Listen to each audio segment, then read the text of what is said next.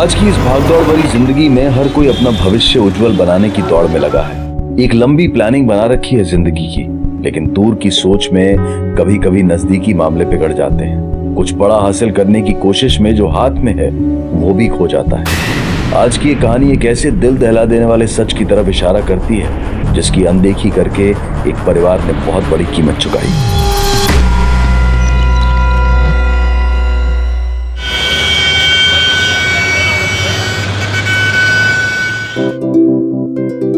मम्मा, मैं आपको कितना मिस करता हूँ। आप फैक्ट्री क्यों गए? आई एम सॉरी बेटा, बस मम्मा अभी आती है आपके पास, बस थोड़ी देर में। पर हाँ अथर्व, तुम बाहर कहीं नहीं जाओगे अकेले, ठीक है? मम्मा आ रही है। फोन लगी मुझे, पापा से बात करो। अथर्व, एक काम करो बेटा, तुम पार्क चले आओ, डायरेक्ट खेलने। पापा, लेकिन मैं अकेले जाऊंगा। मम्मी आ जाएगी तुम्हें पार्क में लेने के लिए। ओके। ओके बच्चे।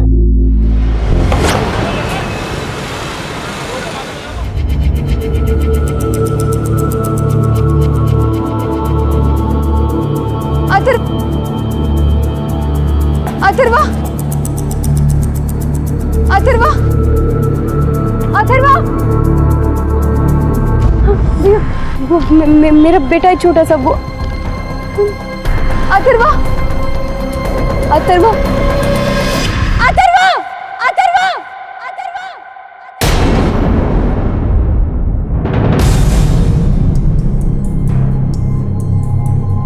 7 साल का है हमारा बेटा अथर्व, पता नहीं कहाँ चला गया, किस हाल में होगा वो। आपने उसे आखिरी बार कब देखा? सर शाम को लगभग 5 बजे बात हुई थी सर फोन पे उससे।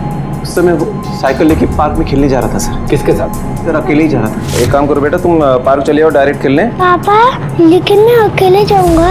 उसने ग्रे कलर की जैकेट पहनी थी जिसमें मैंने अपने हाथों से उसका नाम लिखा था। सर प्लीज उसे ढूंढ निकालो, हमारा इकलौता बेटा है वो, 4 साल बाद हुआ है। पता नहीं किस साल में होगा मेरा अथर्व। सर बस अभी आधे घंटे पहले उनका फोन आया था फिरौते के लिए। 15 लाख रुपए मांग रहे थे वो, और पुलिस को ना बताने की धमकी भी दी थी उन्होंने। आप लोग चिंता मत कीजिए, पुलिस को बताकर आप लोगों ने सही कदम उठाया। आप हमें वो नंबर दे दीजिए जहां से कॉल आया था, हम उस किडनैपर की लोकेशन ट्रेस कर लेंगे।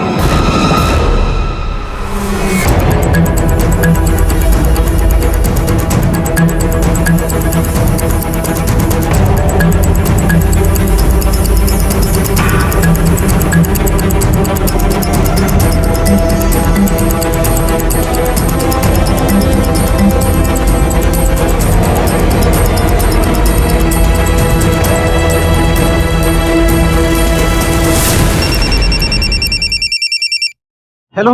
अरे कैसे माँ बाप हो तुम? अपने बच्चे पे जरा भी तरस नहीं आया? हमें धोखा दिया, अब देखो तुम्हारे बच्चे के साथ मैं क्या करता हूँ। देखिए हमारे बच्चे को छोड़ दीजिए प्लीज, कुछ मत कीजिए। हेलो हेलो, क्या हुआ? सर मुझे पता चल गया कि आप लोग हमारे साथ हैं। सर जिस किडनैपर का फोन आया था उसकी लोकेशन ट्रेस हो गई है। जल्दी चलो।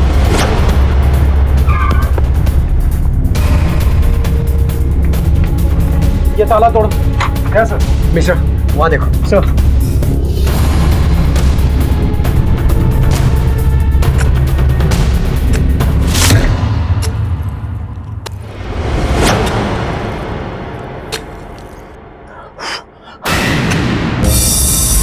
पकड़ सब।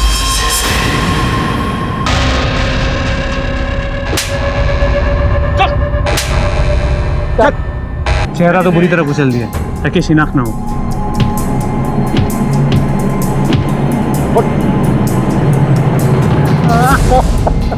चल अब सब सच सच बता वरना डंडे से बुलवाऊंगा। हमने कुछ नहीं किया साहब, हम तो लाश ठिकाने लगा रहे थे बस। किसने मारा इसको? किसने मारा? चीनू साहब, चीनू वो उसके अचार की कंपनी में काम करता था साहब। 2 महीने पहले चीनू को उन्होंने नौकरी से निकाल दिया, तो उसने गुस्से में इस बच्चे का किडनैप कर लिया साहब। हमें भी पैसे का लालच देकर हमें साथ में मिला लिया साहब। उसी ने मारा है, उसी ने इसका चेहरा भी खराब किया है। पैसों के लिए किसी के साथ भी किडनैपिंग का प्लान कर लेगा तू? हाँ? नहीं मेरा अरे नहीं नहीं मर्डर और किडनैपिंग का चार्ज लगेगा तुझ पे। लेके जाओ इसको, लेके जाओ। मिस्टर सर लाश को पोस्टमार्टम के लिए भेजा और पता लगाओ कि ये चीनू कौन है। सर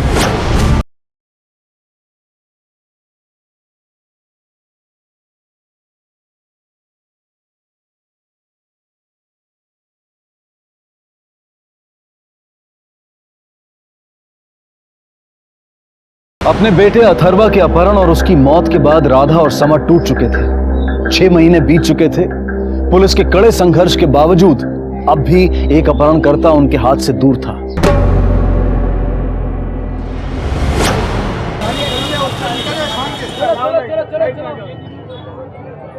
मम्मी आइसक्रीम दिलाओ ना।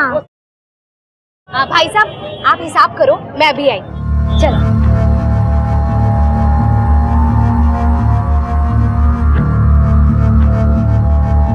कितना हुआ भैया? आप आलू गोभी बेच रहे हैं कि सोना बेच रहे हैं?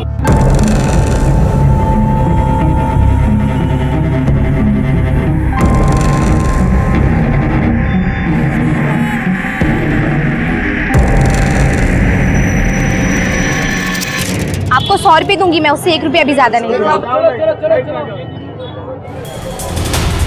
अमन, अमन, भैया भैया अभी मैंने यहाँ, मेरा बच्चा आया था, मैंने आइसक्रीम ली थी, आपने देखा? अमन, आपने मेरे बेटे को देखा क्या? अमन, अमन,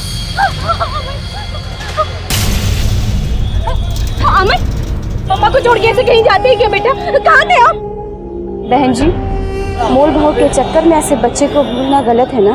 2 पैसा ज्यादा गया तो कुछ नहीं बिगड़ता, लेकिन अगर बच्चा खो गया तो जिंदगी उजड़ जाती है।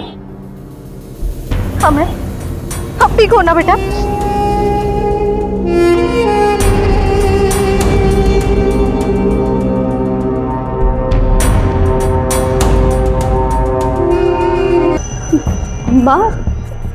माँ जी, हम इसकी माँ है। ये हमारा बेटा है। हमारे पोते को ऐसी माँ की कोई जरूरत नहीं। अरे तेरी वजह से ही मरा है अथर्व। मृदुला, अब बस भी करो।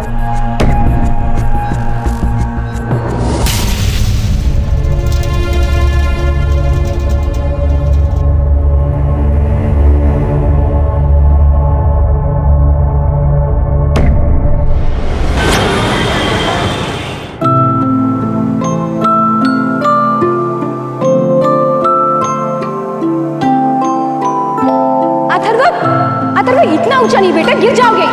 अथर्व, अथर्व, मैं कह रही हूँ इतना ऊंचा। माँ, मैं आपका सुपरमैन हूँ, मुझे कुछ नहीं होएगा। अथर्व, मेरी बात सुनो।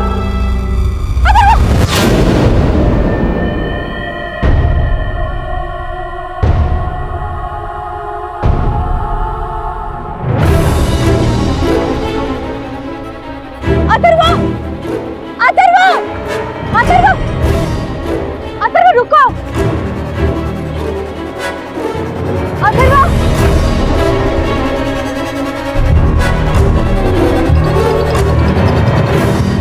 साहब, हमारा नाम शरद है, हमें शास्त्री नगर में रहने वाली है राधा माथुर के खिलाफ रिपोर्ट लिखानी है।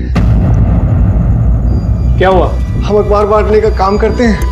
अभी थोड़ी देर पहले जब हम अखबार डालने आज उसके घर गए तो उसने हमें बुला के बहुत मारा। साहब क्या कर रही हो?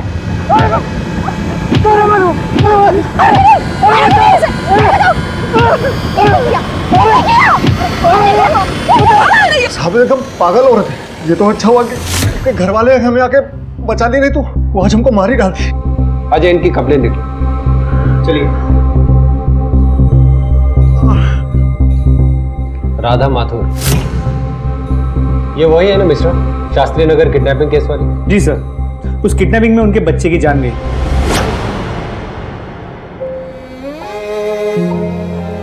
क्या वाकई राधा ने अथर्वा को देखा था? क्या अथर्वा जिंदा था? अथर्वा की यादें अब भी राधा के दिलो दिमाग पर छाई हुई थी। वो एक ऐसे दर्द से जूझ रही थी जिसकी चुभन शायद ही किसी की समझ में आए।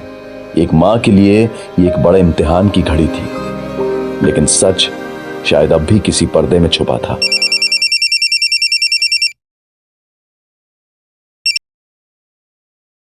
हेलो, वो ग्रे जैकेट तुम्हारे बच्चे का फेवरेट जैकेट है ना?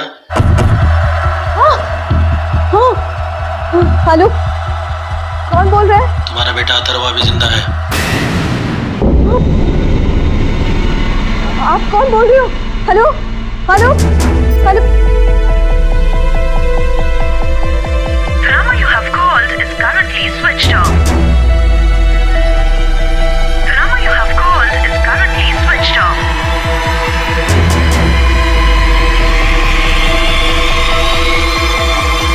आज का ये केस आपके यकीन की बुनियाद को हिला देगा। एक अपहरण के 6 महीने के बाद आया फिरौती का कॉल। क्या राज था इसके पीछे? क्या वाकई अथर्वा जिंदा है? क्या सच में राधा ने उसे देखा है? तो फिर जिसे मृत अथर्वा मानकर अंतिम संस्कार कर दिया गया था, वो कौन था? कई राज थे जिन पर से पर्दा उठना अभी बाकी था। आपने उस न्यूज़पेपर वाले को क्यों मारा? क्योंकि पागल है, इसका दिमाग खराब है। आपको यकीन नहीं आता तो इसके डॉक्टर से पूछ लीजिए। देखिए, हमने सवाल राधा से किया है, आपसे नहीं। बताइए। हमें उसमें एक नोट मिला था।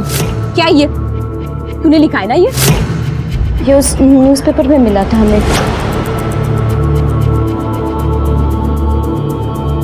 और इतना ही नहीं तो अथर्वा में पार्क में भी दिखा था, बस उसका चेहरा नहीं देख पाए हम।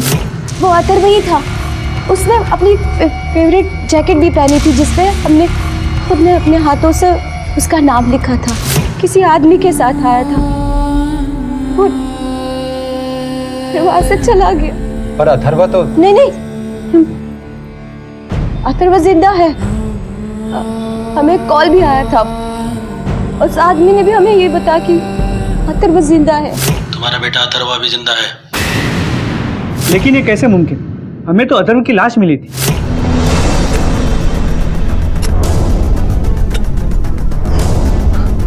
किसने मारा इसको? चीनू। अथर्वा का किडनैपर चीनू अभी तक लापता है, लेकिन अथर्वा के कपड़े देखकर आप ही लोगों ने उसकी लाश की शिनाख्त की थी। हाँ, हमने उस बच्चे का अंतिम संस्कार अपने हाथों से किया था, लेकिन हमारा दिल तब भी नहीं माना था। हमने तो उस बच्चे के शर्ट, पैंट और कद काटे से अंदाज लगा दिया था, पर उस बच्चे का चेहरा इतना बिगड़ा हुआ था कि कुछ पक्का नहीं कह सकते। वो जैकेट भी तो नहीं मिली। मैं कहती हूँ ताई जी, मेरा अथर्वा जिंदा है। हाँ बेटा, मेरा अथर्वा जिंदा है। मैं कहती हूँ यकीन से। मृदुला जी, आप इन पर हाथ नहीं उठा सकती। हम अपनी बहू के साथ क्या कर सकते क्या नहीं, ये आपसे नहीं सुनेंगे। ये आपकी पुलिस चौकी नहीं है, लेकिन ये हमारा घर है। इस तरह तुम किसी पे हाथ नहीं उठा सकती। समर कहाँ है? जब से अथर्वा गया है, वो घर में रहते ही कहाँ है। आपने उसे बताया इन कॉल्स के बारे में? नहीं, हमने उन्हें कॉल के बारे में कुछ नहीं बताया। ठीक है, आप वो नंबर हमें दे दीजिए। 6 महीने के बाद फिर से फिरौती का फोन आने पर इस केस में नया मोड़ आ गया। लेकिन क्या यह मुमकिन था कि कोई अपहरणकर्ता 6 महीनों तक खामोश रहे और फिर फिरौती की रकम की मांग करे? इतने दिनों की खामोशी के बाद जैसे राधा की थमी हुई जिंदगी में तूफान उठ खड़ा हुआ, और ये तूफान महज एक संकेत नहीं था, इसके बहाव में बहुत कुछ बह जाने वाला था।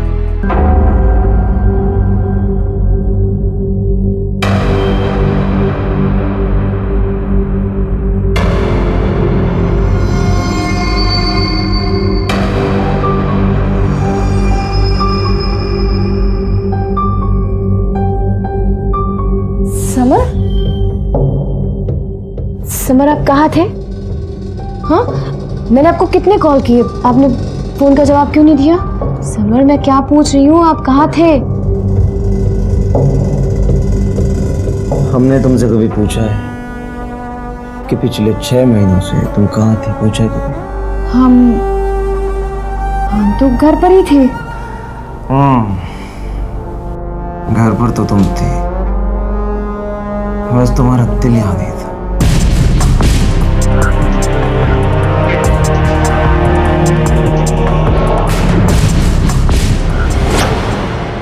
तुम्हारे नाम पर रजिस्टर्ड है ये नंबर। तुम्हारे ही नंबर से फिरौती का कॉल आया था। इन लोगों को कैसे जानते हो तुम?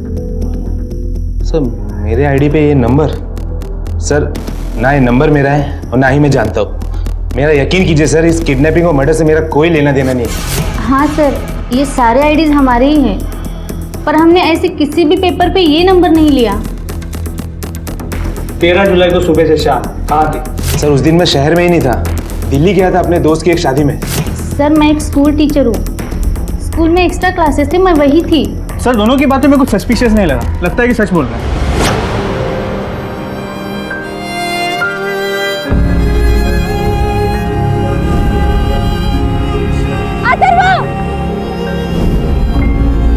तुम्हारा बेटा अथर्वा भी जिंदा है। अथर्वा मर चुका था। उसका अंतिम संस्कार खुद समर ने अपने हाथों से किया था। राधा ने भारी मन से इस सच को स्वीकारा था। क्या सच पूरी तरह बेनकाब हो गया था या अब भी कुछ राज थे जो सामने आने बाकी थे?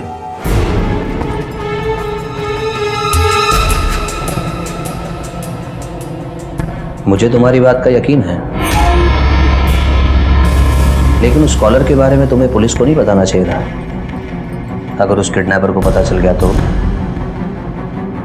राधा, तुमने फिर से वही गलती कर दी।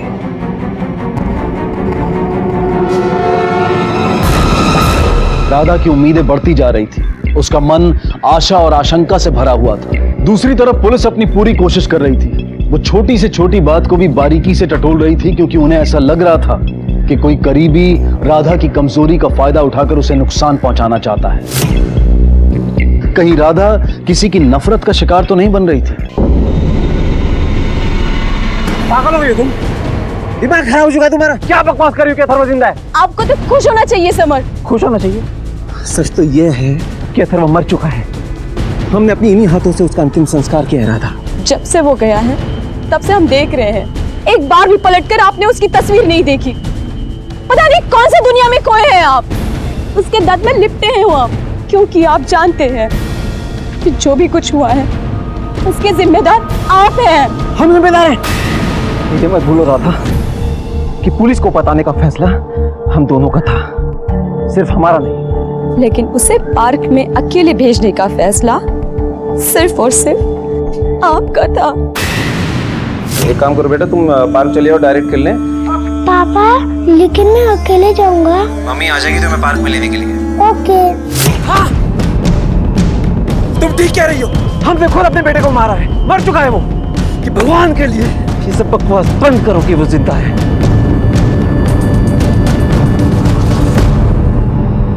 सर रवीना और प्रकाश के बारे में पता किया, दोनों सच कह रहे हैं। किसी ने उनके आईडीज और डॉक्यूमेंट्स इस्तेमाल करके वो नंबर्स लिए थे 10 जुलाई को, और उस नंबर से सिर्फ राधा को फोन किया गया। पर कोई ऐसा करेगा क्यों? प्रकाश और रवीना के हिसाब से उन्होंने पिछले 1-1.5 साल में अपने आईडीज किसी को नहीं दिए, तो फिर किडनैपर के पास उनके आईडीज कहां से आए और वो चाहता क्या है?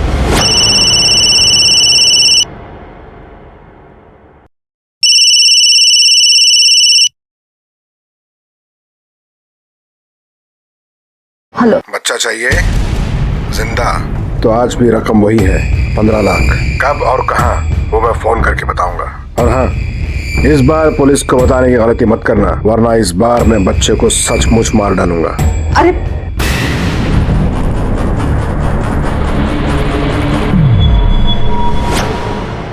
ताई जी, आपने हमें क्यों नहीं बताया?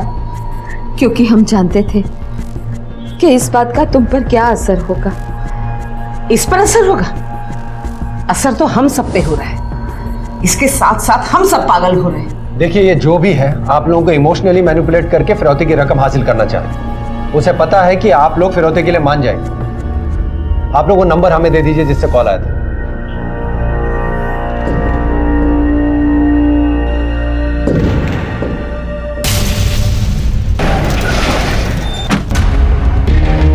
ये जो भी है राधा के आसपास का है, जो उसे अच्छे तरीके से जानता है। मिश्रा, राधा की सास मृदुला से उसके रिश्ते कभी अच्छे नहीं रहे, और पिछले 6 महीने में वो रिश्ते और बिगड़ गए। और वो राधा को पागल ठहराने की कोशिश भी कर रही है। राधा के साइकोलॉजिस्ट से मिलते हैं, जिससे वो काउंसलिंग ले रही है। उससे हमें राधा की दिमागी हालत के बारे में पता लगेगा। एक माँ के लिए अपने बच्चे से बढ़कर कुछ नहीं होता, और राधा ने तो अपने बच्चे को खोया है। वो इस हादसे से निकलने के लिए बाहर कोशिश कर रही है, लेकिन उसके लिए इतना आसान भी नहीं है। क्या आप बता सकते हैं कि राधा का अपनी सास से कैसा रिलेशन है? माफ कीजिएगा, ये पर्सनल इंफॉर्मेशन है, लेकिन इतना तो बता सकता हूँ कि इश्यू जरूर है। हाँ बोलो।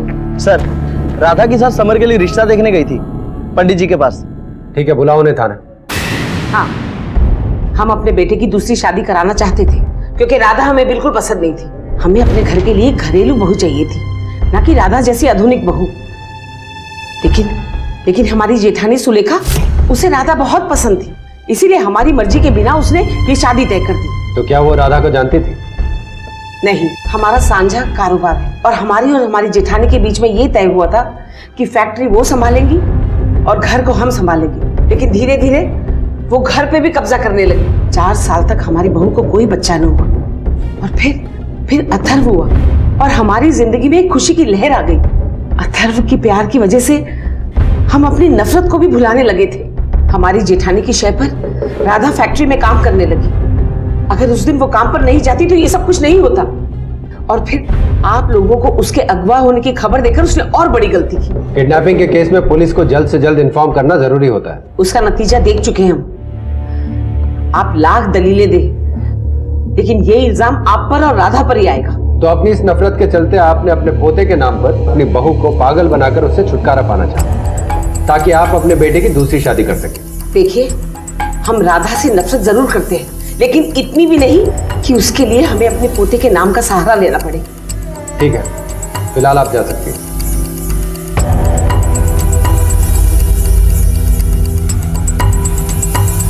मृदुला पे नजर रखो, पता करो कि हाल फिलहाल में ये किसी अनजान या सस्पिशियस आदमी के टच में तो नहीं आई है। और ये भी पता करो कि जब कॉल्स आए थे तब ये कहां थे। सर,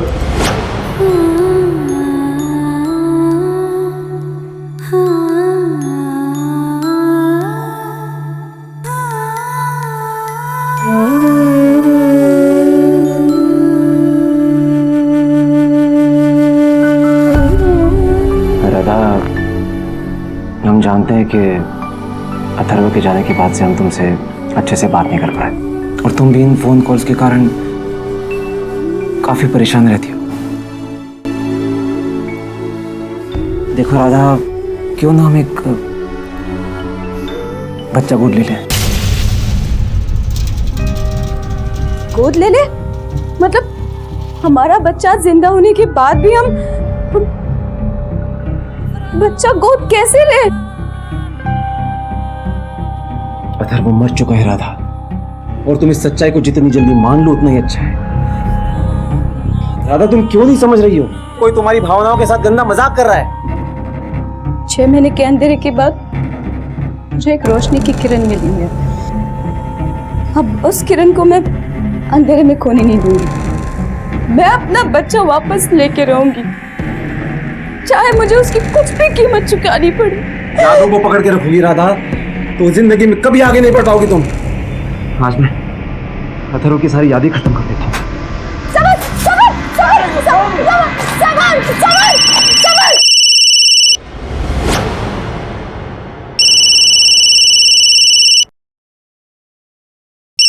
मम्मा प्लीज मुझे बचा लो, मम्मा मुझे। अथर्व, अगर तुमने फिर से पुलिस को बताया तुम्हारा बेटा जिंदा नहीं बचेगा।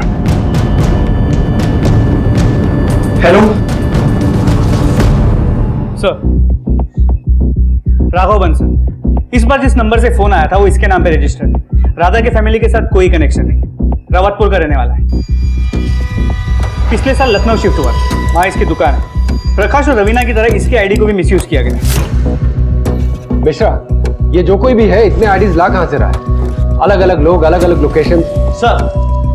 सर ये नंबर की लास्ट लोकेशन ट्रेस हो गई है। फोन शाहपुर से किया गया है।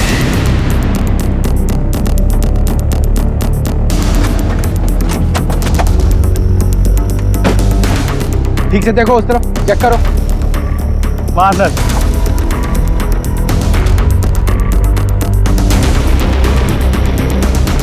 सर, गोडाउन की तरह यहाँ भी कोई नहीं है और ना ही कोई क्लू है। सर, एक कॉलर बड़ा ही तेज है। ज्यादा तेज दौड़ने वाले अक्सर मुंह के बल गिरते हैं।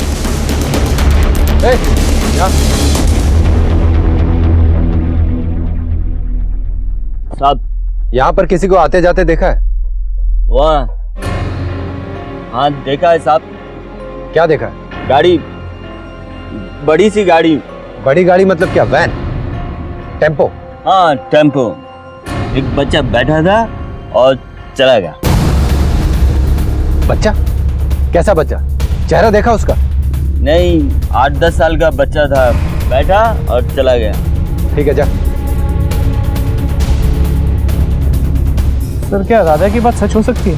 वो बच्चा अथर्व हो सकता है। तो मिश्रा, एक शराबी की बात पर भी कैसे भरोसा किया जाए? चलो। ये भी तो पॉसिबल है कि अथर्व की मौत का कोई सोची समझी साजिश के तहत फायदा उठाना चाहता हूँ। हो सकता है।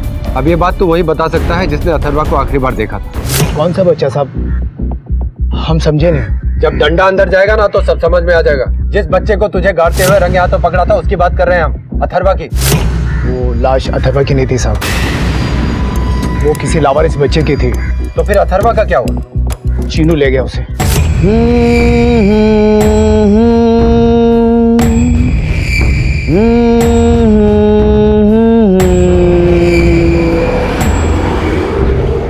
सारा नाटक चीनू का रचा हुआ है साहब। उसको पैसे नहीं मिले थे तो भड़क गया था वो। तो ये बात तूने हमें पहले क्यों नहीं बताई? चीनू ने हमें आप लोगों से झूठ बोलने के लिए कहा था। उसके बदले वो हमारे परिवार की मदद करेगा, पर साहब उसने हमारे परिवार को पलट कर भी नहीं देखा। अब तक तो सिर्फ राधा ही थी जो अथर्वा के जिंदा होने का दावा कर रही थी, लेकिन अब समर ने भी फोन पर एक ऐसे बच्चे की आवाज सुनी थी जो काफी हद तक अथर्वा जैसी ही थी। ऊपर से बब्बन ने भी अपनी बात बदल दी थी। कल तक पुलिस बब्बन की गवाही पर और अथर्वा के घर वालों की शिनाख्त पर फार्म हाउस में मिली लाश को अथर्वा की लाश मान रही थी, लेकिन अब इस संभावना से इनकार नहीं किया जा सकता था कि अथर्वा सच में जिंदा था। क्या अपहरणकर्ताओं ने सही मौके की तलाश में इतना इंतजार किया था? पुलिस के लिए यह केस दिन ब दिन उलझता जा रहा था। झूठ कभी एक डाली पर नहीं टिकता। जहां फायदा हो वहां उछल कर चला जाता। अगर ये बब्बन एक बार झूठ बोल सकता है तो हो सकता है इस बार भी बोल रहा हो। लेकिन उसकी बात सच निकली तो? मिश्रा, पता करो कि उस दौरान किसी ऐसे बच्चे की मिसिंग होने की कंप्लेंट लिखाई गई थी क्या, जो उम्र और दिखने में बिल्कुल अथर्वा जैसा लगता। अगर वो लाश अथर्वा की नहीं थी तो किसी की तो होगी। सर मुझे तो अब भी ये विश्वास नहीं हो रहा कोई किडनैपर 6 महीने तक बच्चे को क्यों पाले। और अगर शराबी की बात माने, बच्चा खुद अपनी मर्जी से वैन में बैठा और चला गया। हो सकता है कि वो टेम्पो वाला उसका जान पहचान का। सर शक तो अथर्व की फैमिली पे भी जाता है। हो सकता है असली मुजरिम परिवार में ही छुपा हो। बब्बन और चीनू के साथ कोई तीसरा भी मिला हुआ हो सकता है। इंस्पेक्टर साहब, यही है वो निकम्मा जो राधा को बार बार फोन करके तंग किया करता था।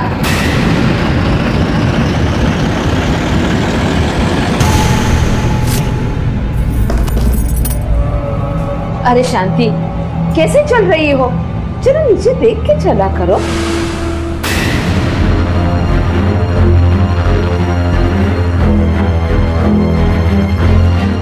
Miss you. ये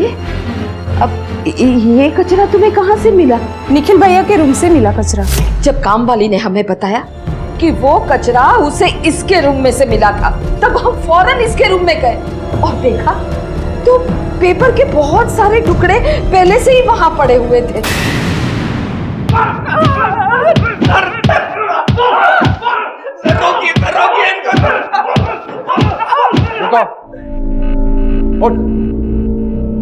हमें तो पहले ही शक था कि अथर्वा की किडनैपिंग में तेरा हाथ है, लेकिन उस वक्त कोई सबूत नहीं मिला। चल अब सब सच सच बता। सर हम सिर्फ राधा को परेशान करना चाहते थे और इसीलिए हमने उसको वो नोट भेजा था बस।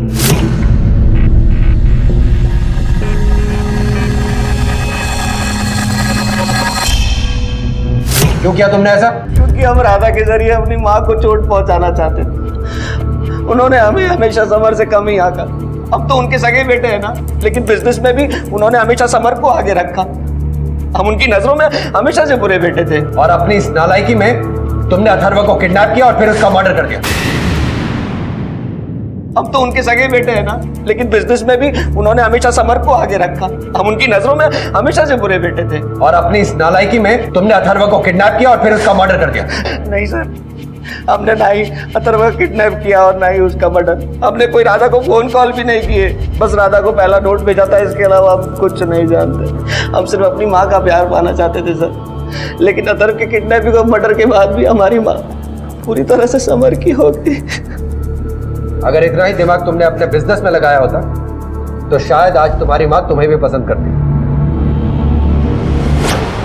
सर, निखिल के कॉलर रिकॉर्ड्स और लोकेशंस को वेरीफाई किया, कुछ गड़बड़ी नजर नहीं है, लगता है कि सच कह रहा है। निखिल का पहले भी उस किडनैपर चीनू से कोई कनेक्शन नहीं निकला था, तो फिर और कौन हो सकता है?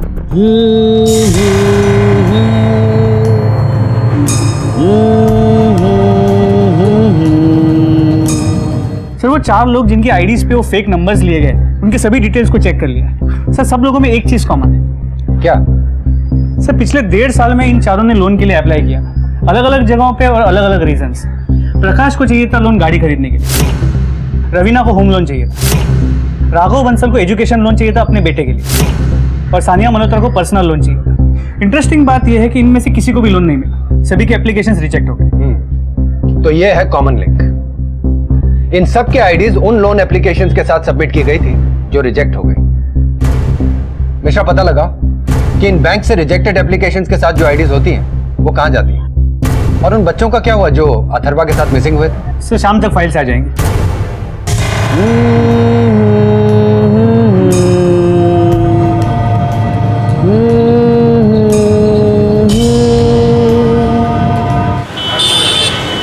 सर, अथर्व के डिस्क्रिप्शन से मैच करता हुआ सिर्फ एक ही बच्चा है जो उस दौरान गायब हुआ, तो वो केस भी अब तक क्लोज नहीं हुआ है। सर, नाम राहुल है, 14 जनवरी को विवेकानंद नगर से गायब हुआ था। मिश्रा, हो सकता है ये वही बच्चा हो जिसकी लाश हमें मिली थी, या फिर ये भी हो सकता है कि ये सब एक इत्तेफाक है। हाँ, बोलो। क्या? सर, राधा और समर दोनों गायब हैं। साहब, कल शाम से दोनों गायब हैं। हमें तो बहुत चिंता हो रही है। वो घर से किस वक्त निकले थे? पता नहीं, पर हाँ साहब, कल हमने उन दोनों को उन्हीं के कमरे में देखा था शाम को, करीबन 7-8 बजे। साहब, हमारे सारे गहने भी चोरी हो गए। कल ही हमने बैंक से निकलवाए थे। आपने अपने सारे गहने घर पे लाके क्यों रखे थे? फिरौती के लिए। सब इनकी वजह से हुआ है। इन्होंने पैसे देने से मना कर दिया, इसीलिए हमें बैंक से गहने निकालने पड़े ताकि पैसों का इंतजाम हो सके, लेकिन वो भी चोरी हो गए। हमें तो लगता है ये सारे पैसे राधा और समर ने ही चोरी किए हैं। अगर राधा और समर ने फिरौती के लिए ये पैसे लिए हैं, तो मृदुला जी को क्यों नहीं बताया? वो तो तैयार थी। ये राधा और समर अचानक से कहां चले गए, और वो भी ज्वेलरी लेकर? कहीं ऐसा तो नहीं कि वो किडनैपर को फिरौती की रकम देने गए हो चोरी छिपे? सर, उन दोनों के कॉल रिकॉर्ड्स मंगवाए।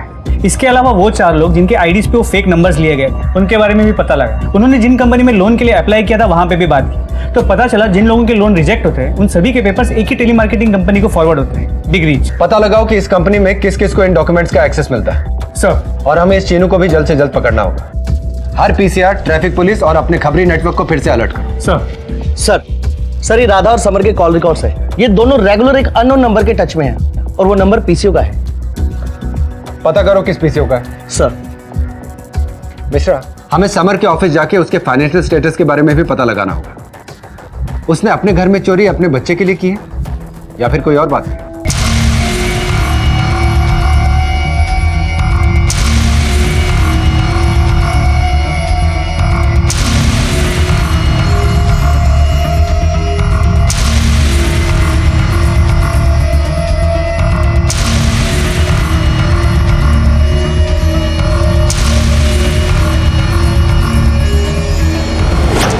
सर, ये देखिए, पिछले 1 साल में जितना प्रोडक्शन हुआ है रिकॉर्ड्स के हिसाब से सेल उससे काफ़ी ज़्यादा है, ऑलमोस्ट डबल, लेकिन प्रॉफिट जितना होना चाहिए उससे आधा है। क्या चल रहा है ये सब? सर, मुझे कुछ नहीं पता। मेरा काम यहाँ पे सिर्फ फ्लोर मैनेज करना है, अकाउंट्स मैं नहीं देखता हूँ। चलो। अथर्व के किडनैपिंग के पहले से ही समर किसी फ्रॉड में इन्वॉल्व लगता है। हो सकता है कि सब कुछ समर ने ही प्लान किया और राधा भी उसका साथ दे रही है। समर की फाइनेंशियल कंडीशन ठीक नहीं है, इतना तो साफ है। हो सकता है इतने दिनों से राधा और समर उस पीसीओ वाले नंबर पर उसके किडनैपर चीनू से ही बात कर रहे हो। लेकिन सर, कोई माँ बाप अपने बेटे की किडनैपिंग और मर्डर प्लान कर सकते हैं? सर, एक मिनट। पीएसए मिश्रा, ठीक है, हम अभी आते हैं। सर, जुगईपुर में गैबेंडन बिल्डिंग के पास पीसीआर ने चीनू को स्पॉट किया। इस बार बच के जाना नहीं चाहिए। देखो हर तरफ ठीक से। सर चलो।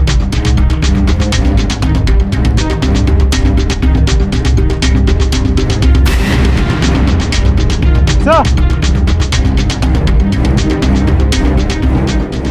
चीनू। इसका मतलब हमारा शक सही था। चीनू और बब्बन के अलावा कोई तीसरा भी इस केस में इन्वॉल्व। सर, ये बता रहे थे यहाँ पे किसी को आते जाते देखा है। किसको देखा? पहचान सकते हो? नहीं सर, शक्ल तो नहीं दिखा, लेकिन कोई औरत थी। औरत? सर, ये औरत राधा हो सकती है। हो सकता है समर और राधा ने मिलकर पूरी प्लानिंग की, खुद गायब हो गए और चीनू को रास्ते से हटा दिया। सर, ये कार्ड मिला। मोबाइल रिचार्ज का है। मिस्टर, मोबाइल कंपनी से पता करो कि इस कार्ड से कौन सा नंबर रिचार्ज किया गया है। जरूर चीनू ने इससे अपना ही नंबर रिचार्ज किया होगा। सर, चीनू के कॉल डिटेल्स आ गए। एक नंबर से वो रेगुलरली टच में, और राधा या समर नहीं। अथर्वा की किडनैपिंग में आप ही का हाथ था ना? हाँ, बस अब ये हम सारी बातें अपने अंदर नहीं रख सकते। क्यों किया आपने ऐसा? शायद अपनी झूठी अहंकार की वजह से। हमारे और मृदुला के पति के मरने के बाद हमने अपना बिजनेस अपने बलबूते पर खड़ा किया था और हमारा बिजनेस ठप होता जा रहा था। हमें पैसों की सख्त जरूरत थी और मैं ये भी जानती हूँ कि मृदुला के पास 10-12 लाख के गहने थे। वो गहने आप मृदुला से मांग भी तो सकते। कैसे मांगती? मैं छोटी नहीं पड़ जाती उसके सामने? मृदुला अपने गहने में रखती थे और हम उन्हें चोरी नहीं कर सकते थे, इसीलिए हमने बच्चे का किडनैपिंग का प्लान बनाया।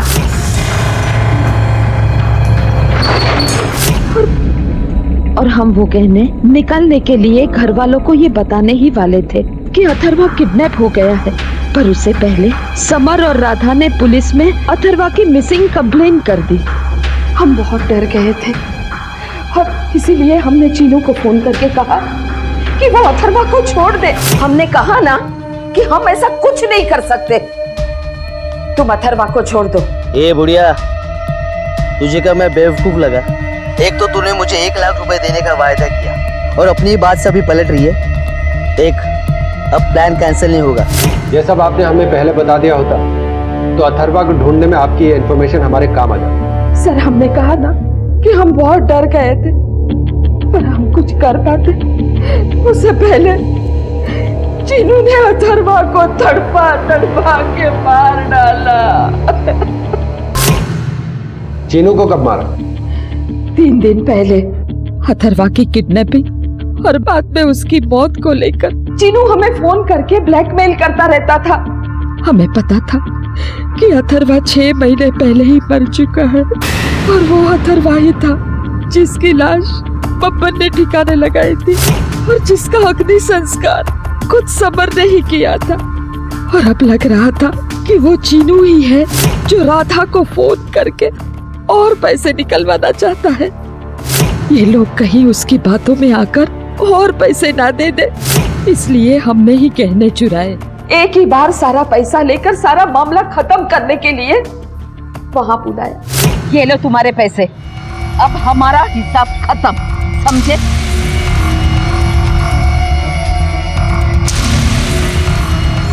हमें अथर्वा की मौत का नजारा सामने आ रहा था।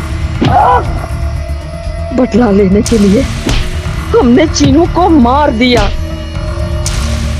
चीनू के मरने के बाद भी राधा को फोन आ रहे थे, इसका मतलब कोई और भी है खेल में। पीएसआई मिश्रा, क्या? ठीक है। अथर्वा के जिंदा होने की खबर से कहीं ना कहीं सबको खुशी मिली थी और सब उस तक पहुंचने का प्रयास भी कर रहे थे, लेकिन सच्चाई ये थी कि अथर्वा मर चुका था और बब्बन ने भी अपनी सजा कम करवाने के लिए पुलिस से झूठ कहा था। ये केस तो साफ हो चुका था लेकिन खत्म नहीं हुआ था। अब भी कई सवालों के जवाब बाकी थे। पुलिस अब भी उस इंसान की तलाश में थी जो राधा के दुर्भाग्य का फायदा उठाने की कोशिश कर रहा था। तुम्हारा बेटा अथर्वा भी जिंदा है। आखिर कौन था वो?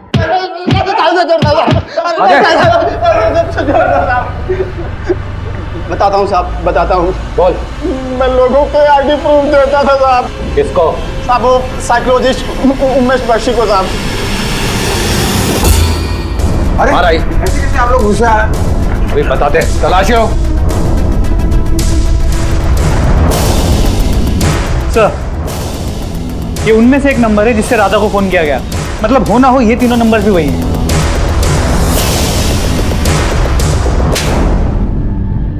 ना खुद को बचाने की कोशिश करना, ना झूठ बोलना, वरना तुझे इतने शौक दूंगा कि तेरा मानसिक संतुलन बिगड़ जाएगा। बोल। हाँ, मैं समझ गया था कि राधा अपने बच्चे को दोबारा पाने के लिए कुछ भी कर सकती है, इसलिए मैंने उसे मैनिपुलेट करना शुरू कर दिया। हेलो, तुम्हारा बेटा अथर्व अभी जिंदा है। राधा ने अपने काउंसलिंग के दौरान मुझे जो कुछ भी कहा, मैंने उसके खिलाफ इस्तेमाल करना शुरू कर दिया। और जब तूने राधा की कहानी सुनी तो तुझे लगा कि उससे पैसे ऐंठना तेरे लिए आसान हो जाएगा। मैं अपने मकसद में कामयाब भी हो जाता अगर आप लोग बीच में ना आते तो। इंसान को कामयाबी मेहनत से मिलती है, किसी को धोखा देकर या अपराध करके नहीं। अब अपनी बाकी की प्रैक्टिस जेल में करना। लेके चलो इसको। Sorry sir. सर, पीसीआर से रिपोर्ट आई, समर और राधा को आजाद नगर में देखा गया। क्या हो रहा है सब? हाँ, पकड़ो इन सबको, किसी को मत छोड़ना। चलो पकड़ो, लेके जाओ सबको। ये क्या करने जा रहे थे आप लोग? अपनी किडनीज बेचने जा रहे थे? सर, हमारे पास कोई दूसरा रास्ता ही नहीं बचा था सर। फिरौती वाले पैसे मांग रहे थे और उनको देने के लिए कुछ नहीं बचा था सर हमारे पास। अथर्व को कैसे लाते हम लोग सर? अब आप कुछ भी कर लें, अथर्वा को कभी वापस नहीं ला पाएंगे। वो सचमुच मर चुका है।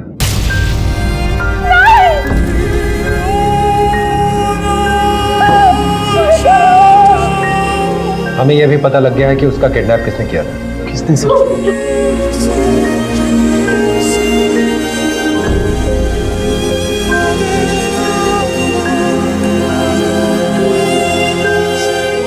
बहुत पुरानी कहावत है कि अपने दुख को अपने मन के अंदर ही रखें, क्योंकि कई बार लोग इसका फायदा उठाने की कोशिश करते हैं। और फिर यह भी एक कहावत है कि दुख बांटने से ही कम होता है। तो फिर किस कहावत को सही माना जाए? कहावत चाहे कोई भी क्यों ना हो, लेकिन समझना यह जरूरी है कि जिंदगी में किसी भी मोड़ पर इतने कमजोर ना पड़े कि किसी अपराध के चंगुल में फंस जाए, क्योंकि अपराध उन्हीं को अपने शिकंजे में लेता है जो अपने आप को संभाल नहीं पाते हैं। आखिर राधा ने इस सच को मान लिया कि अथर्वा जा चुका है हमेशा के लिए। राधा ने और समर ने मिलकर एक बच्चे को गोद लेकर अपनी जिंदगी को फिर से आगे बढ़ाने का सही फैसला लिया है। सुलेखा अपने झूठे अहम को स्वाभिमान का नाम देकर एक ऐसे अपराध में शामिल हो गई कि उसे संभलने का मौका ही नहीं मिला। उसकी एक भूल ने न सिर्फ उसके घर को उजाड़ दिया, बल्कि उसे जेल की काल कोठरी तक पहुंचा दिया। बुरे वक्त में हम सब टूटकर बिखरते हैं, लेकिन जितनी जल्दी हम अपने आप को समेट लें, उतना ही हमारे लिए अच्छा होता है। नमस्कार, आदाब। क्राइम पेट्रोल डायल 100 में आप सबका स्वागत है। सवालों के जवाब न मिलने पर बच्चे खुद एक सवाल बन जाते हैं। माँ बाप, शिक्षक, दोस्त, भूमिका चाहे जो भी हो, लेकिन बच्चों के साथ समय बिताना, उनसे बातचीत करना बेहद आवश्यक बन चुका है। ये जरूरी नहीं है कि बातें सिर्फ पढ़ाई तक ही सीमित रहें। रोजमर्रा के आम विषयों के साथ साथ ऐसे कई नाजुक विषय हैं जिनके बारे में बच्चों के मन में सवाल उठते हैं, और सही मार्गदर्शन ना मिलने पर बच्चे अक्सर भटक जाते हैं। तो क्या 14 वर्ष के नवीन के साथ भी यही हो रहा था?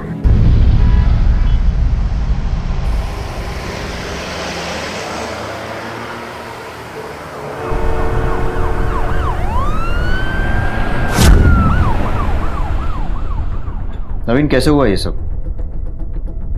किसने किया? कहां पर हुआ? घर पर। नवीन, किसी ने तुम्हारे घर आकर तुम्हारे साथ ये किया? वो तेल गलती से गिर गया था।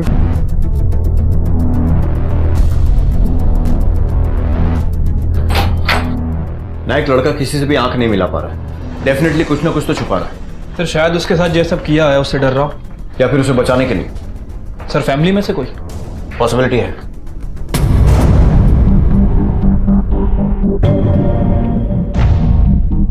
सर, मैं घर पर भी उसके साथ रहती हूँ, स्कूल में भी साथ रहती हूँ, उसी स्कूल में टीचर हूँ। मुझे लगता था कि मेरा बेटा हमेशा मेरी नजरों के सामने है, उसे कभी कुछ नहीं हो सकता, लेकिन फिर उसके बाद ये सब। ये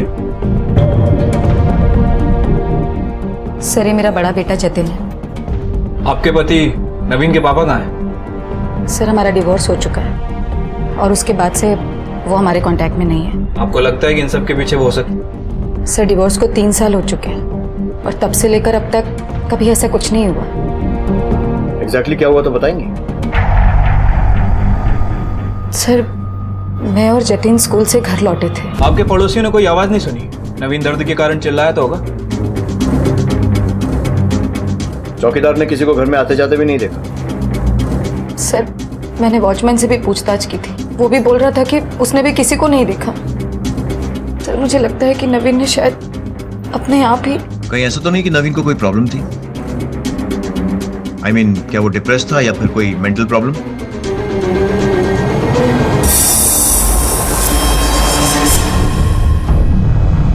रुक! भागता जा यहाँ! रुक तो! पता नहीं ये बाई भी कहाँ मर गई। इन बाइयों का आजकल तो पता नहीं है। अरे दरवाजे पे कोई है, देख लेना। हाँ, बस यही काम रह गया मुझे। अरे शांति से तैयार भी नहीं होने देते। मुझे भी 2 ही हाथ दिए भगवान ने, 4 हाथ नहीं दिए। हाँ? अरे नहीं भैया, आज बहुत ज्यादा गड़बड़ है, आप कल आ जाना। लोगों पर गुस्सा करने से अच्छा है कि भाई को फोन ही कर लो, पता कर लो है कहां पर वो। हाँ। तो देर हो रही है इतनी ज्यादा। हेलो, हाँ रमा, काय झालं, कहाँ है तू? अरे मेरे दूध जल रहा है। हाँ, क्या बोली तू, कितने बजे आ रही है? मैं नहीं आ रही आज से। नहीं आएगी मतलब? जाके अपने समीर बाबा से पूछो आप। क्या किया समीर ने? समीर? क्या बोली वो? समीर? समीर? समीर? अरे यहां भी नहीं है, किधर गया ये? समीर? समीर?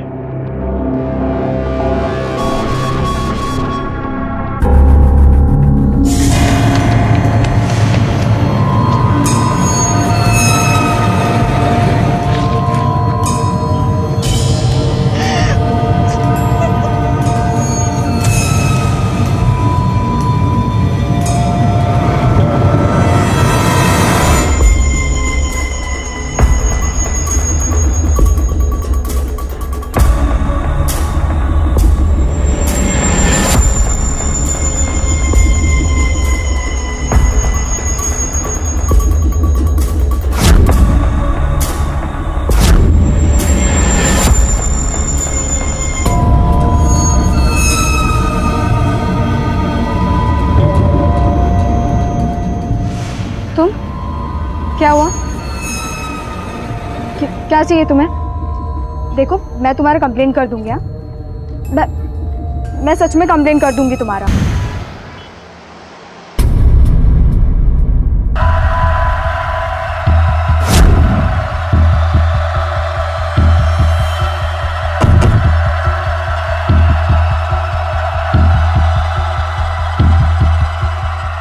यहां नवीन अपने आप को यातनाएं देने पर तुला हुआ था। समीर घर से गायब और आयशा का भयानक बलात्कार। क्या ये तीनों घटनाएं एक दूसरे से जुड़ी हुई थी? जब बच्चों को उनके सवालों के जवाब नहीं मिलते तो बच्चे खुद एक सवाल बन जाते हैं और जवाब में हमें मिलती है दिल दहला देने वाली जुर्म की दास्तां। नवीन, दरवाजा खोल! नवीन, दरवाजा खोल! नवीन, दरवाजा खोल! नवीन, दरवाजा खोल! दरवाजा खोल नवीन! नवीन, दरवाजा खोल! क्या कर रहा है नवीन? कब से दरवाजा ठोक रहे? दरवाजा क्यों नहीं खोल रहा था? छोड़ आई, अभी बहुत ज्यादा हो रहा है इसका। नवीन, सुनाई नहीं रहा तुझे? आई कुछ बोल रही। जतिन, तू जा।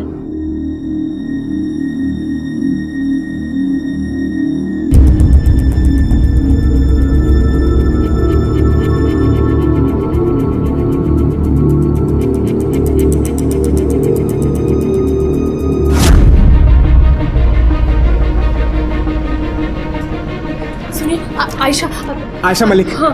हमें फोन आया था यहाँ से, उसे यहाँ लाया गया। क्या हुआ है? क्यों लाया इधर? वो एक्सीडेंट हुआ उसका। किधर हुआ? एक्सीडेंट स्पॉट कौन से एरिया में था? आपने पुलिस को कंफर्म किया? देखिए प्लीज आप पहले पुलिस को इन्फॉर्म कर दीजिए। रेप हुआ उसका, कहाँ है अब?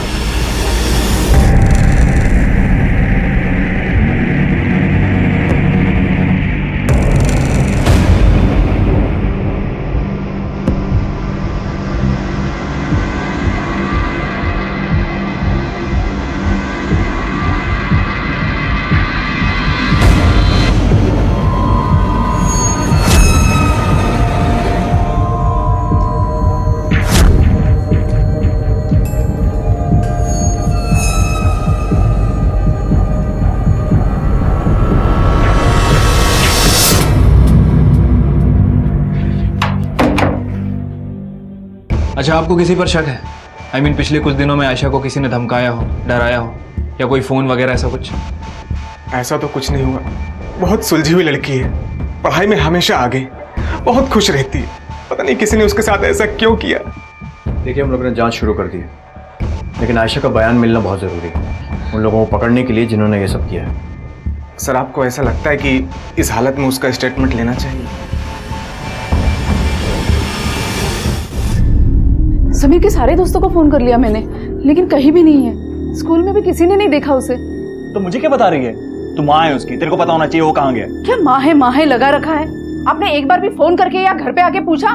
क्या ये आपकी जिम्मेदारी नहीं है? जिम्मेदारी की बात कर रही है। सुबह से शाम तक मर मर के पैसा कमाता हूँ, तब इस टेबल पर खाना आता है। जिम्मेदारी मत सिखा मुझे। अगर तुझे इतनी प्रॉब्लम है ना, तेरी 2 टके की पॉलिसी का काम मैं संभालता हूँ। ये ले लेके जा, तू जाके पैसे कमा, जाके ऑफिस में जा। समीर को कुछ हो गया होगा तो?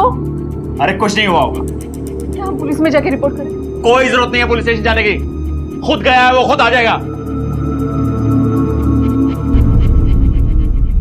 सर, आयशा के फोन रिकॉर्ड्स आ गए। सर, रिकॉर्ड के मुताबिक आयशा के फोन में फैमिली के अलावा ऐसे 2 नंबर है जिनसे वो लगातार बात करती थी। किसके?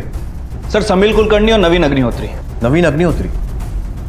वही लड़का है ना जिसके साथ वो उबलता तेल वाला केस? यस सर, ये तीनों ही बच्चे समीर, आयशा और नवीन अच्छे दोस्त हैं और एक ही क्लास में हैं। 3 दिन हो गए समीर को गायब हुए और आपने अब तक रिपोर्ट नहीं लिखवाई। किस बात का वेट कर रहे हैं? सर, वो मुझे लगा कि समीर का एक दोस्त बुरी तरह जल चुका है, उसकी दूसरी दोस्त का रेप हुआ है। बेटे की परवाह है कि नहीं आप लोगों को?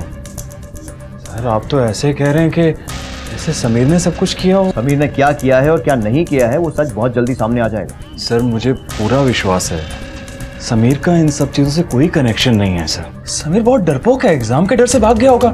वैसे भी उसका वॉलेट, बैग, मोबाइल, कपड़े सब इधर ही है और वो ऐसा पहले भी कर चुका है। वो आ जाएगा सर।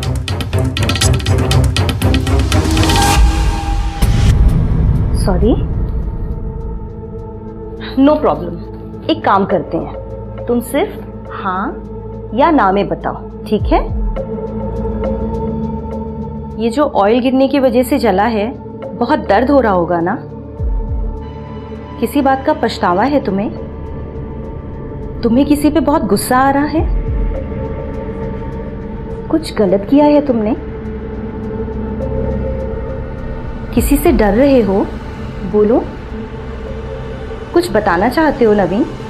मैं किसी को नहीं बताऊंगी, इट्स अ सीक्रेट। क्या पूछ रहा हूं मैं?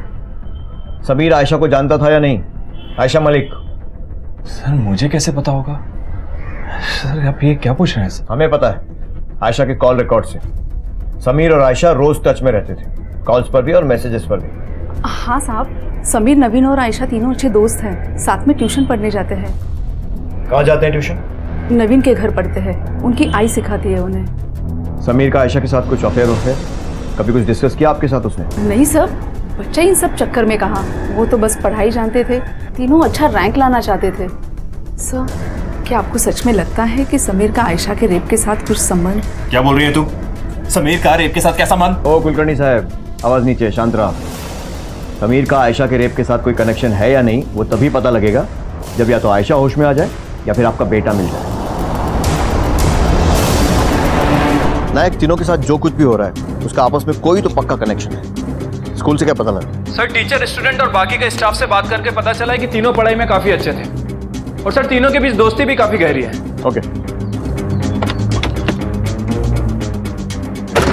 समीर की फोटो दूसरे पुलिस स्टेशन में सर्कुलेट करवाओ और उसके घर के आसपास भी पूछताछ करो, शायद उसे किसी ने देखा हो।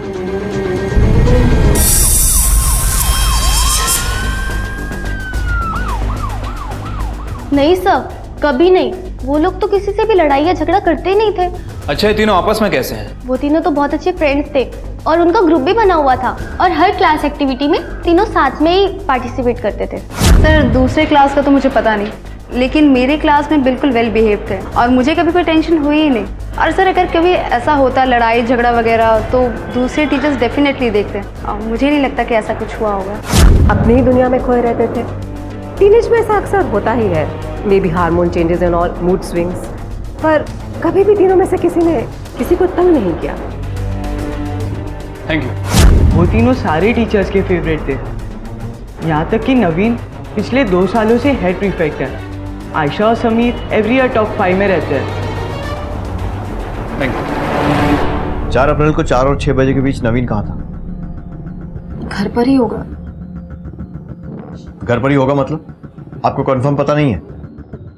सर मैं और जतिन स्कूल में थे और नवीन घर पर ही था। हॉस्पिटल से 1 दिन पहले ही लौटे थे हम लोग, तो डॉक्टर ने उसे आराम करने के लिए कहा था। आपको लगता है कि नवीन आयशा के साथ कुछ? सर ये आप कैसी बातें कर रहे हैं? समीर, आयशा और नवीन एक दूसरे के बहुत अच्छे दोस्त रहे हैं। एक दूसरे की बड़ी फिक्र करते थे वो लोग। एक दूसरे को कोई तकलीफ कैसे पहुंचा सकते? तीनों आपके यहाँ आते थे ना ट्यूशन के लिए? हाँ सर, मतलब और भी स्टूडेंट्स थे, वो सब एक साथ आते थे। अच्छा, पिछले कुछ दिनों में आपने इन तीनों के नेचर में कुछ अजीब सा नोटिस किया? समीर और आयशा को तो पता नहीं, लेकिन हाँ नवीन बड़ा चुपचाप सा रहने लगा था। किसी से कोई बात नहीं, किसी को कोई जवाब नहीं, खुद को रूम में बंद करके रखना। नवीन, बड़ा क्या बात है? क्या प्रॉब्लम है? आई को नहीं बताएगा? कोई आया था उस दिन घर पे? किसने किया ये सब? बताना बेटा, कहीं तूने खुद से कुछ? ये सारी चीजें होने लगी थी। पता नहीं क्यों मुझे ऐसा लग रहा है कि नवीन के साथ कुछ तो हुआ है। क्या हम नवीन से बात कर सकते हैं? जी अभी वो सो रहा है।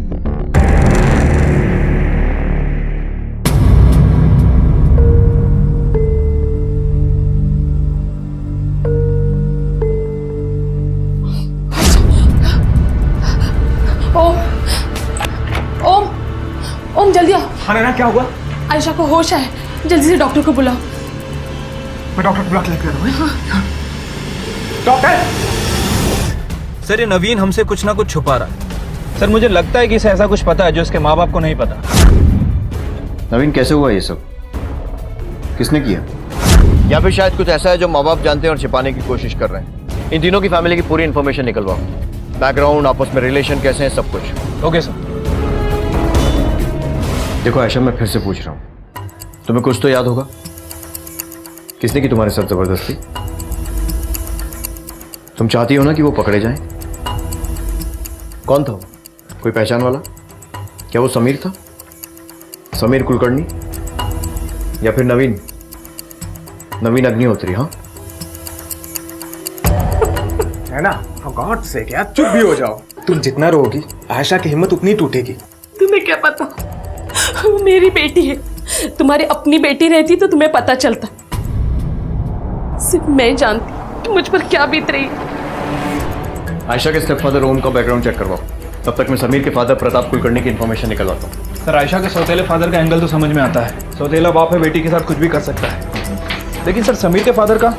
एक बच्चा अपने आप को चोट पहुंचाने पर तुला हुआ है, एक गायब है और एक के साथ रेप हुआ है, और इनमें से 2 नवीन और आयशा कुछ भी कहने को तैयार नहीं। वो दिल गलती से गिर गया था। देखो आयशा, मैं फिर से पूछ रहा हूँ, तुम्हें कुछ तो याद होगा? किसने की तुम्हारे साथ जबरदस्ती? इसका मतलब डेफिनेटली कुछ ना कुछ तो छुपा रहे हैं।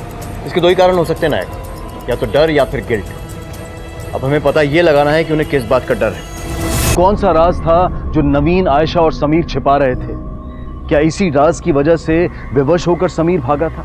क्या समीर का हमलावर इस रहस्य के बारे में जानता था? आखिर कौन सा रास्ता ले जाने वाला था पुलिस को अपराधी तक? डर का या दोष का?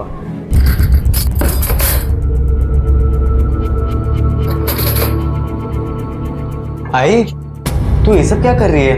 जतिन, तू क्यों आया यहाँ पे? तुझे बोला था ना नवीन के पास रह। आई, मैं उसी के साथ तो था। अभी 24 घंटा तो मैं उसके साथ रह नहीं सकता हूँ ना। मेरी पर्सनल लाइफ है भी कि नहीं? तुझे पता है ना नवीन के पास रहने के लिए क्यों बोला मैंने? नहीं छोड़ सकते नवीन को अकेला। तुझसे ना एक काम नहीं होता है। ये प्रताप कुलकर्णी के बारे में कुछ जानते हैं आप? जरूरत से ज्यादा कड़क आदमी है। अरे बच्चे हैं, बच्चे अब एंजॉय नहीं करेंगे तो कब करेंगे लाइफ? सर, समीर मेरे ही यहाँ ट्यूशन पढ़ने आता था। उसके पापा उसे लेकर कुछ ज़्यादा ही कॉम्पिटिटिव थे। उन्हें डर था कि कहीं नवीन और आयशा को एग्जाम में समीर से ज़्यादा मार्क्स ना मिल जाए। एक दिन ट्यूशन के बाद देखना, इस बार मैथ्स में मुझे फुल मार्क्स मिलेंगे। वो तुझे नहीं, इसको मिलेंगे। हमेशा किसको आते हैं, भूल गए तुम लोग? तेरी मम्मा टीचर इसके लिए। समीर, क्या कर रहा है? ट्यूशन के बाद टाइम पास कर रहा है? नहीं पापा, क्लासेस तो अभी खत्म हुआ है, हम वहीं बाहर ही आ रहे हैं। Yes uncle. तो चुप कर, मैं समीर से बात कर रहा हूँ। क्या ये ट्यूशन के बाद इसी तरह से चलता तुम्हारा घूमना फिरना, मस्ती? और तुम दोनों से मैं कह रहा हूँ, बिगाड़ो मत इसे। अगर तुम्हारे लोगों की वजह से इसका एक मार्क भी कम हो गया ना तो फिर देख लेना। सर, समीर के पापा बड़े ही अजीब आदमी हैं। इस तरह भला कोई बच्चों को धमकाता है क्या? Thank you. चल। हेलो, क्या?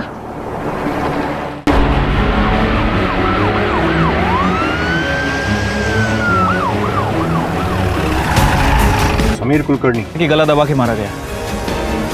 किसी ने कुछ देखा आसपास? नहीं सर, पूछताछ किए, ना ही किसी ने कुछ देखा और ना ही सुना। Okay sir.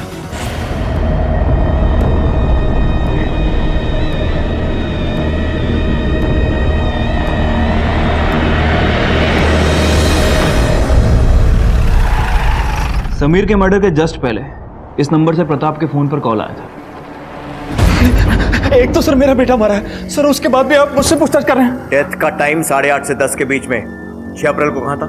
सर, मुझे कैसे याद होगा सर? याद आया?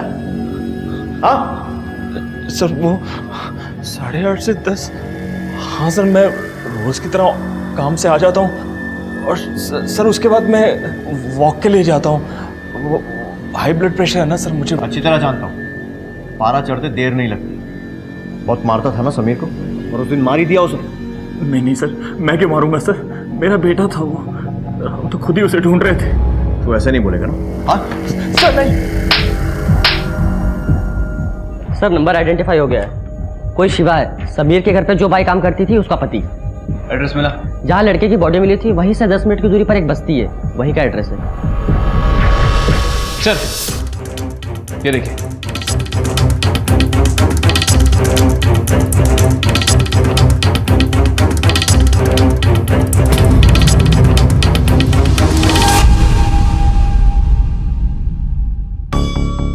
मालूम नहीं सर, समीर को क्यों, और इसमें रमा का क्या संबंध? उसने काम क्यों छोड़ा? पता नहीं सर, एक दिन अचानक आना बंद कर दिया। हाँ, क्या बोली? तो कितने बजे आ रही है? मैं नहीं आ रही आज से। नहीं आएगी मतलब? क्या हुआ? जाके अपने समीर बाबा से पूछो आप। जब तक मैं समीर से बात करने गई, समीर चला गया था और फिर वापस आया ही नहीं। आपने ये बात हमें पहले क्यों नहीं बताई? मैं नहीं जानती थी कि समीर के गायब होने का रमा से कुछ ताल्लुक हो सकता है। ऐसा कुछ है क्या सर? अभी जांच जारी है, कुछ कह नहीं सकते। सर, मेरे पति को छोड़ दीजिए। ये स्वभाव से कड़क जरूर है, लेकिन अपने ही बच्चे को नुकसान नहीं पहुंचाएंगे। अगर निर्दोष होंगे तो बहुत जल्दी घर पहुंच जाएंगे।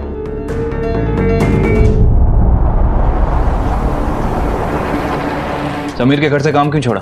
वो साहिब समीर की वजह से। समीर ना एकदम से अजीब अजीब हरकत कर रहा था साहिब, पता नहीं उसको क्या हो गया था। मैंने तो कभी सोचा भी नहीं था कि वो इस तरह की हरकत करेगा। पहले तो मुझे लगा कि गलती से हो गया होगा, लेकिन साहिब वही हरकत बार बार।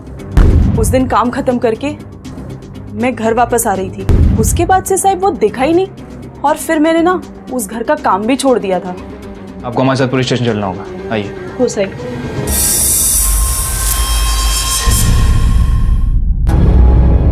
चलो हट, बोलना चालू कर। फोन किया समीर के बाप को?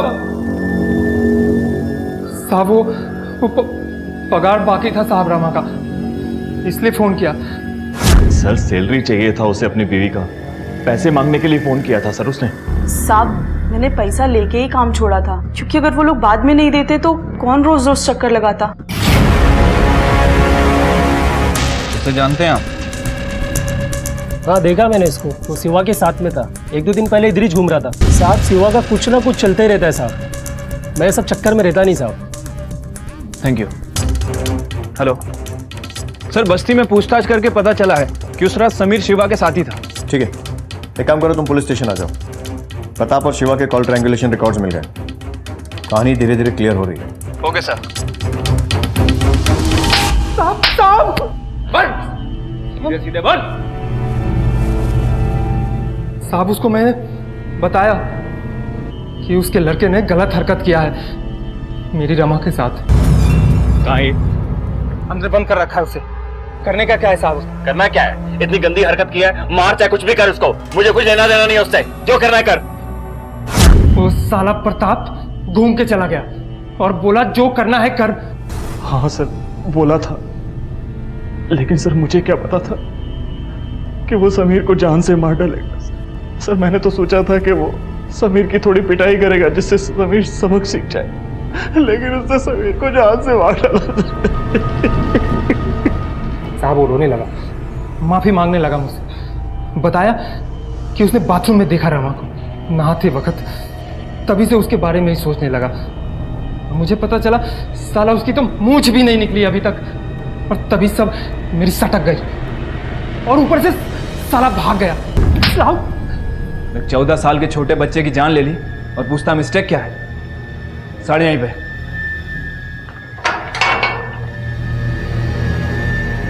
सर जब मुझे पता चला कि समीर मर गया तो सर मैं बहुत डर गया था सर, क्योंकि समीर को मैंने ही वहां पर अकेला छोड़ा था और मुझे ऐसा लगा कि मैं अगर पुलिस में रिपोर्ट करूंगा तो सब कुछ गलत हो जाएगा सर। इसलिए मैं पुलिस में रिपोर्ट करना नहीं चाहता था, और वैसे भी जो समीर ने किया वो करके उसने मेरा सर शर्म से झुका दिया था सर। उसके किए पर शर्म आई, अपने किए पर शर्म नहीं आई।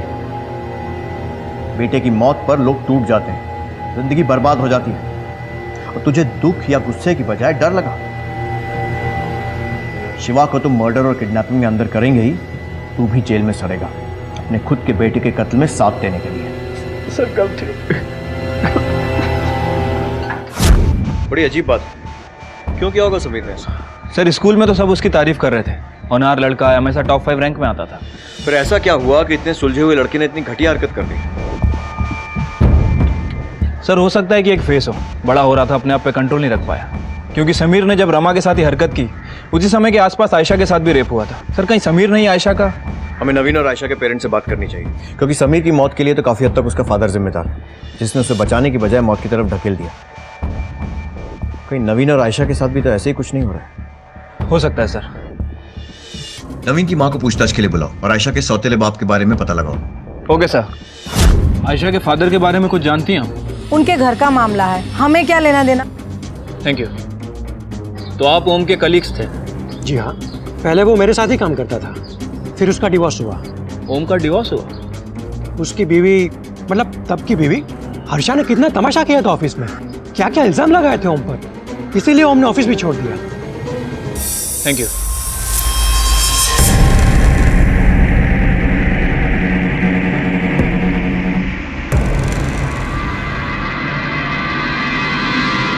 मुझे उस आदमी का नाम भी नहीं लेना। क्यों? ऐसा क्या किया उसने? रेपिस्ट है सर वो। रेपिस्ट? नर्क बना के रखती मेरी लाइफ। अपनी बीवी को कौन रेप करता है? एक बार नहीं, कई बार। कोर्ट में तो साबित नहीं कर पाई, लेकिन यही वजह थी हमारे डिवोर्स की। Thank you. चलो। मतलब आप कुछ नहीं जानती? समीर आपका भी स्टूडेंट था ना? हाँ सर था, लेकिन सर वो मुझे ये सब क्यों बताएगा?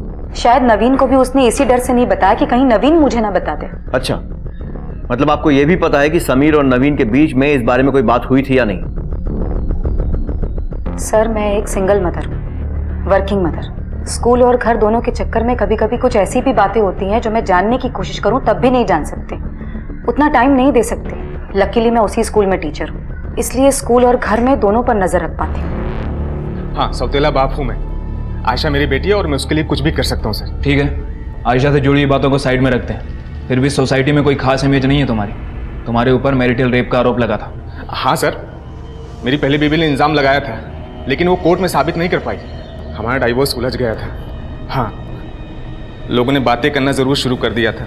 चाहिए तो आप सब नैना से पूछ सकते हैं कि मैंने आज तक कभी आयशा को गलत निगाह से नहीं देखा सर। सर, ये आप क्या बोल रहे हैं? जब से ओम हमारी जिंदगी में आए हैं, उन्होंने सिर्फ हमारी खुशियाँ चाहिए है। मुझे इतना विश्वास है उनमें जितना मैंने आयशा के सगे पिता पर भी नहीं किया था। आयशा के बारे में ओम कभी गलत सोच ही नहीं सकते। सर, सगा बाप होता कोई मेरे बारे में ये सब बातें नहीं करता। सवाल अनेक, जवाब दुर्लभ। क्यों समीर गलत रास्ते पर चल पड़ा? क्यों नवीन अपने आप को क्षति पहुंचाने पर तुला हुआ था? और क्यों आयशा किसी की दरिंदगी का शिकार बनी? जब पुलिस को इन सवालों के जवाब उन बच्चों की असली दुनिया में नहीं मिले तो उन्होंने वर्चुअल दुनिया यानी कि इंटरनेट की दुनिया में इन सवालों को तलाशना शुरू किया। बच्चों के मोबाइल फोन्स, कंप्यूटर्स और उनके सोशल नेटवर्किंग अकाउंट सभी को बारीकी से जांचा गया।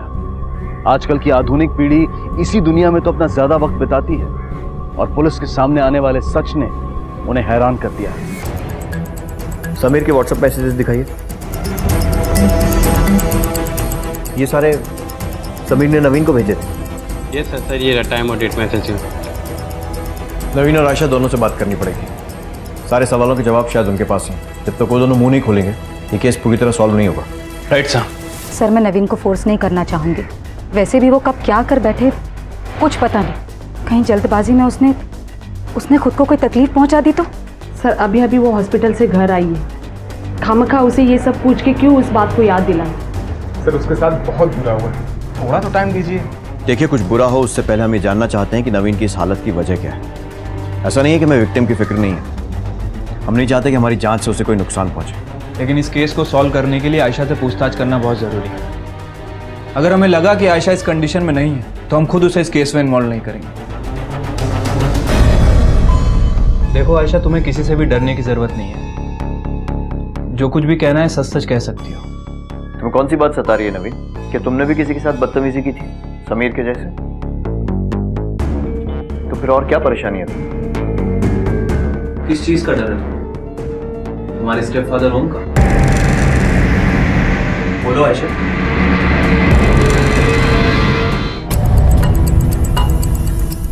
समीर का मोबाइल हमने अनलॉक करवाया है। बहुत सारे फोल्डर्स हैं उसमें और उनमें पॉर्न वीडियोस भी हैं और स्कैंडल के एमएमएस भी। और हमें यह भी पता है कि उसने तुम्हें ये वीडियोस भेजे थे। मैंने कुछ नहीं देखा था, मैंने सब डिलीट कर दिया था। क्यों? क्योंकि तुम्हें ये सब खराब लगा था और इसीलिए तुम अपने आप को पनिश कर रहे हो। क्यों चोट पहुंचाना चाहते हो अपने आप को? क्या कोई तुम्हारी स्कूल से था या फिर तुम्हारी क्लास से? तुम क्या चाहिए तुम्हें? देखो, मैं तुम्हारा कंप्लेन कर दूंगी।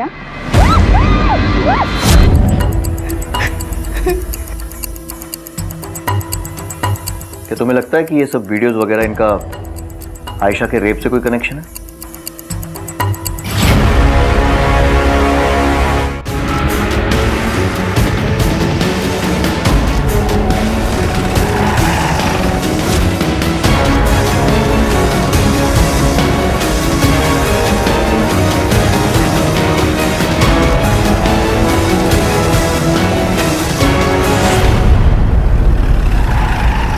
मुझे अच्छा लगता था,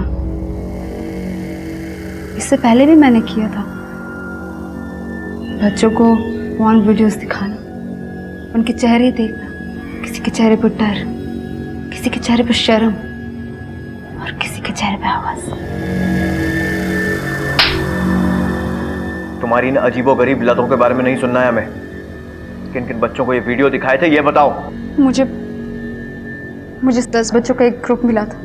मुझे लगा कम बच्चे हैंडल कर लूंगी, फिर एक दिन इसलिए। कोई बताएगा मुझे कि 300 BC के दौरान क्या क्या हुआ था? Yes Naveen. King Alexander's invention of Indus valley. Okay, बैठ जाओ नवीन। लेकिन उस दौरान कुछ और भी हुआ था, समथिंग वेरी इंपॉर्टेंट। कौन बताएगा मुझे? Anyone guess? No one? अच्छा चलो मैं तुम लोगों को बताती हूँ। चलो सब आ जाओ आगे आगे। अरे आ जाओ बाबा, कम फास्ट। फास्ट कम आ जाओ। अच्छा सारे बच्चे टॉप रैंकर्स थे, कोई फेल तो दूर की बात है, कोई एक मार्क्स भी खोना नहीं चाहता था। तो कुछ बच्चे डर गए, कईयों को शर्म आ गई, लेकिन उनमें से कुछ बच्चों को वीडियो अच्छा लगने लगा। फिर मैं उन बच्चों को वीडियो दिखाने लगी और उन्हें वीडियो भेजती भी थी।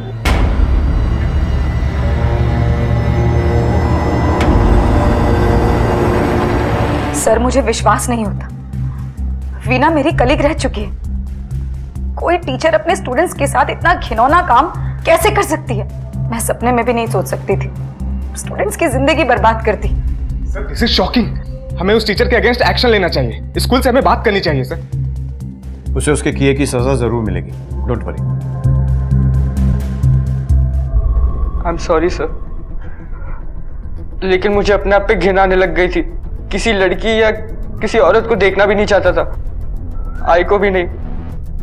अगर आई के बारे में गंदे ख्याल आ जाते तो,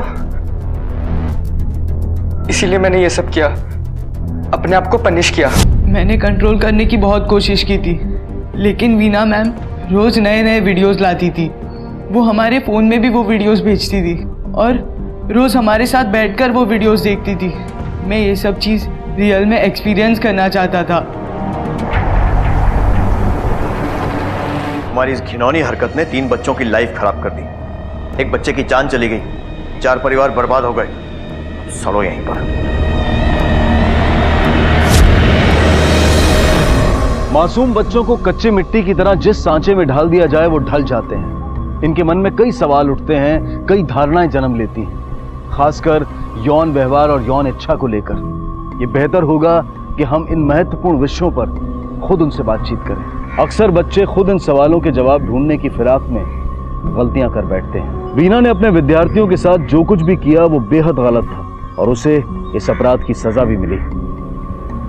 लेकिन सोचिए, अगर इन बच्चों को सही तरीके से सही वक्त पर माँ बाप, टीचर्स या फिर ट्रेंड काउंसलर द्वारा यौन शिक्षा दी गई होती तो शायद इन अपराधों को टाला जा सकता था। चलिए आने वाली पीढ़ी का भविष्य हम खुद तराशें, खुद संवारें, खुद उन्हें सही और गलत की पहचान सिखाएं।